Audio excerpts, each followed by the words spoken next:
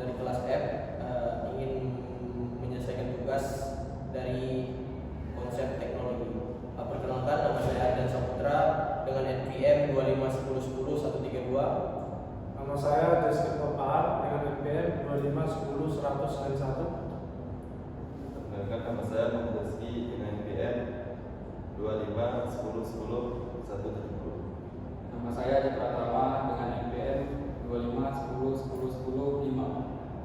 Oke, di sini kami ingin menjawab soal-soal yang diberikan kepada kami. Yang pertama, jelaskan masing-masing book di ISHE. Oke, di ISHE itu book di ISHE itu mempunyai 10 kategori. Yang pertama itu work system. Itu perancangan sistem kerja yang efisien, ergonomis dan aman.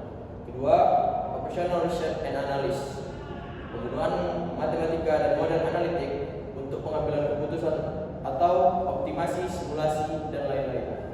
Yang ketiga, engineering, ekonomi dan decision analysis, analisis biaya, investasi dan risiko untuk menentukan alternatif terbaik. Dan keempat, quality and reliability engineering, pengendalian mutu, peningkatan kualitas dan keandalan sistem. Yang kelima, manufacturing, production and service system, perencanaan dan pengendalian sistem produksi dan jasa.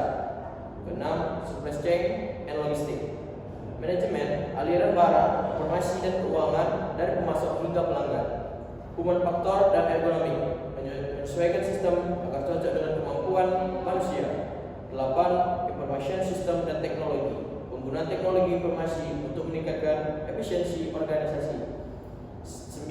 Sistem design dan integration, menggabungkan berbagai komponen sistem agar bekerja dengan secara harmonis.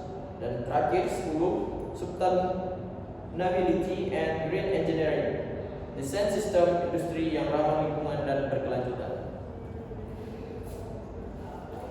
Saya akan menjelaskan bagaimana revolusi industri 4 dan revolusi industri yang kelima. Revolusi industri yang keempat berfokus pada otomatis dan efisiensi mesin atau menggantikan pekerjaan manual yang menciptakan pekerjaan baru yang berfokus pada teknologi. Sedangkan industri kelima ini adalah menempatkan manusia sebagai pusatnya, di mana mendorong kolaborasi antara manusia dan mesin seperti AI, dan untuk meningkatkan kesejahteraan dan efisiensi melalui inovasi. Dampaknya pada perubahan struktur kerja adalah kebutuhan akan keterampilan baru seperti data science, AI, dan pergeseran fokus pada otomatis murni ke kolaborasi manusia yang optimal. Contohnya pada dampak revolusi industri yang keempat adalah yang pertama, otomatisasi pekerjaan seperti menggunakan mesin dan robot yang menggantikan tenaga manusia. Yang kedua adalah munculnya pekerjaan baru. Pekerjaan baru ini adalah membutuhkan keahlian baru dalam bidang teknologi seperti analisis data dan pengembangan perangkat lunak. Proses pekerjaan yang ada adalah pekerjaan yang akan membutuhkan adaptasi dengan karyawan yang perlu berinteraksi dan mengelola teknologi baru. Contohnya dalam dampak revolusi pada industri kelima adalah kolaborasi manusia dan mesin. Ini berfokus pada bagaimana cara AI dapat membantu manusia untuk menggantikan pekerjaannya. Yang kedua adalah peningkatan efisiensi. Peningkatan efisiensi ini adalah digunakan untuk mengoptimalkan pengetahuan dan kemampuan manusia untuk mencapai hasil yang terbaik. Jadi kesimpulan yang saya dapat pada revolusi industri yang 4 dan kelima ini adalah revolusi yang keempat ini berfungsi sebagai membangun fondasi, sedangkan revolusi yang kelima ini adalah berpusat pada manusia. Terima kasih. Saya akan menjelaskan tentang Waymo.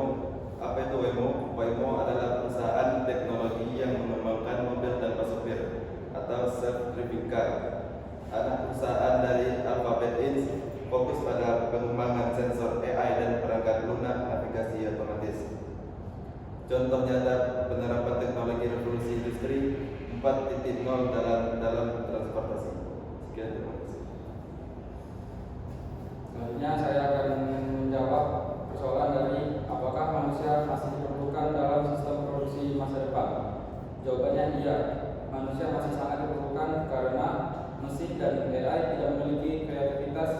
empati, dan penilaian etis.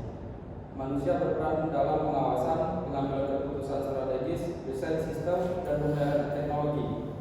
Di era industri, peran manusia justru semakin penting dalam kolaborasi dengan mesin cerdas atau human centered manufacturing. Sekian, terima kasih. Oke, mungkin sekian dari video kami. Apabila kami, semoga jawaban kami sesuai dengan apa yang diharapkan. Mungkin sekian dari kami. Selamat malam.